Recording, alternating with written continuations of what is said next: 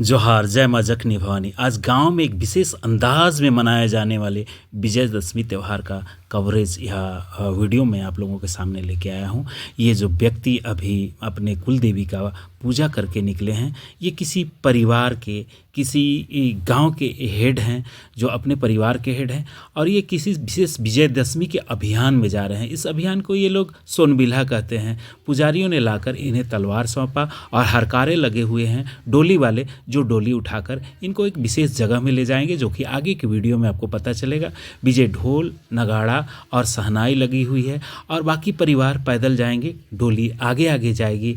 और ये किस स्थान पर जा रही है और कौन सा अनुष्ठान होता है, इस वीडियो को बिना स्किप किए हुए आप देखें तो बिल्कुल मैं ये सारा जो है सब परंपरा आपके सामने स्पष्ट हो जाएगा कि किस तरह के से यहाँ के लोग जो है सो कि विजयदशमी का त्यौहार मनाते हैं। यहाँ पर डोली कुछ देर के लिए रुकी हुई है क्योंकि हरकारे पालकी वाले जो थे वो थक चुके हैं, नगाड़ा बज रहा है और फिर ये आगे एक पहाड़ों के बीच में पहुंचती है इनकी डोली। और यहाँ पर बहुत सारे लोग इकट्ठे हुए हैं जो इन्हीं के परिवार के हैं। ये हेड जो अभी पालकी मारे हैं उन्हीं के सब परिवार के, कोई चाचा है, कोई भतीजा है, कोई नाती है, कोई पोता है, मतलब परिवार की ये हेड हुए।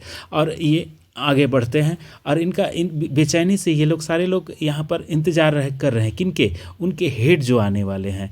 बिल्कुल राजाओं की तरह शान शौकत के साथ इनकी डोली या पालकी यहाँ पर आती है और उसके बाद एक अनुष्ठान होता है। पुजारी यहाँ पर इंतज़ार कर रहे हैं जो कि इनका हेड इनको आज्ञा देंगे। तो हेड आज्ञा जब देंगे तो ये तलवार लेके अनुष्ठान के द्वारा कहीं से उस क्षेत्र से मिट्टी खोद के लाएंगे। ये तलवार पुजारियों को सौंपते हुए इनके हेड बोल लीजिए, या आप एक ज़माने में क्या हो सकता है ये राजा रहे हों, इस संबंध में तो कुछ बताते नहीं हैं। ये बोलते हैं कि निसाधारण हम पूर्वजों का परंपराओं का निर्वहन कर रहे हैं, लेकिन अतीत किसने देखा है।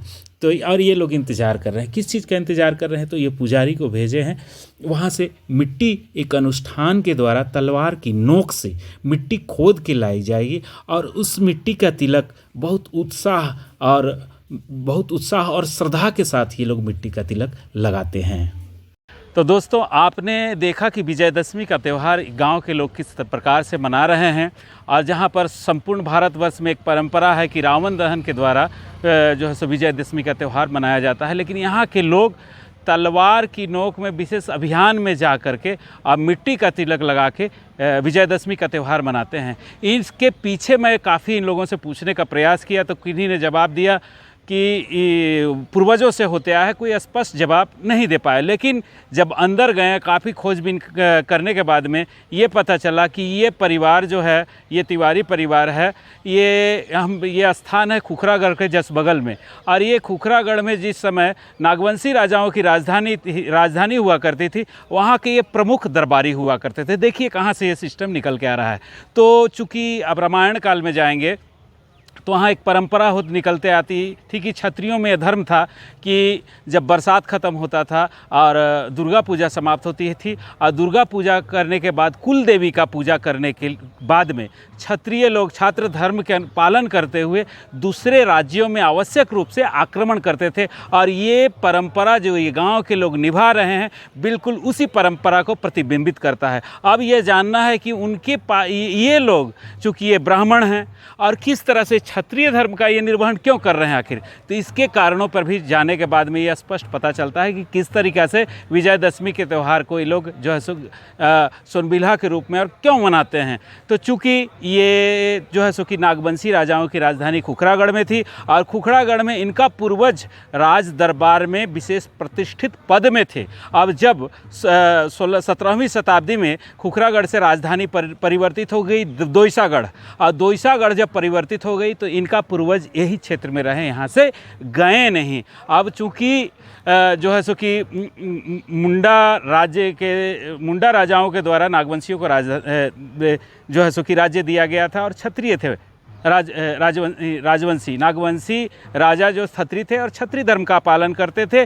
और जब तक उनकी खुखरागढ़ में राजधानी रही थी तब तक विजयदशमी का त्यौहार यही भूमि जीतकर, जो भूमि का तिलक मिट्टी का तिलक ये लोग लगा रहे हैं, भूमि जीतकर मनाते थे और ये परंपरा राजाओं के द्वारा उसी क्षेत्र में किया जाता था। अब चूँकि इनकी राजधानी, नागवंशी राजाओं की राजधानी दोईसागढ़ चली गई और ये क्षेत्र खाली हो गया और उस समय भी वहाँ के ये ब्राह्मण परिवार जो इस तरह से आज विजयदशमी का त्यौहार मना रहे हैं, उस दरबार से जुड़े हुए थे। तब प्रश्न उठा कि दशहरा आया और राज दरबार में निश्चित रूप से ये प्रश्न उठा हुआ होगा कि खुखरागढ़ में जो एक परंपरा थी कि विजयदशमी का त्यौहार मनाया जाता था, हमको लगता है उस समय राजवंश के द्वारा, नागवंशी राजाओं के द्वारा इनको आदेश किया गया, चूँकि आप मेरे प्रतिनिधि हैं, रिजेंट शासक हैं वहाँ पर, उस क्षेत्र को आप देखते हैं, तो आप उस परंपरा को निभाएं और उसी परंपरा को विजयदशमी या सोनबिल्हा के रूप में इस गाँव के लोग मनाते हैं। अब यहाँ पर एक चीज़ और आता है कि यहाँ के लोगों में कुछ, एक बुजुर्ग बता रहे थे कि राजा जिस तरीक़ा से करते थे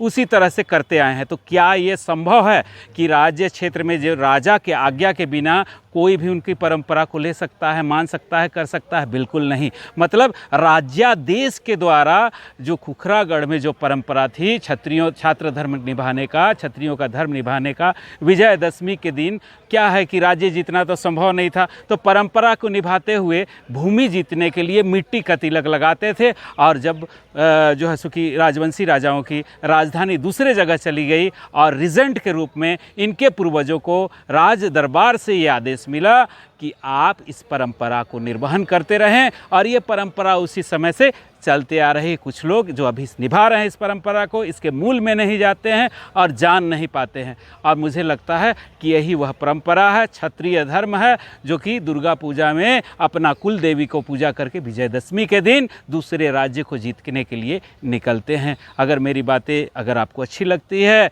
और मेरा यूट्यूब जो है वीडियो अच्छा लगा, एक कल्चर को ला के दिखाने का मैंने कोशिश किया है, तो मेरे चैनल धरती और इंसान को सब्सक्राइब करेंगे मित्रों और वीडियो को लाइक और शेयर करेंगे। जोहार, जय झारखंड, जय भारत।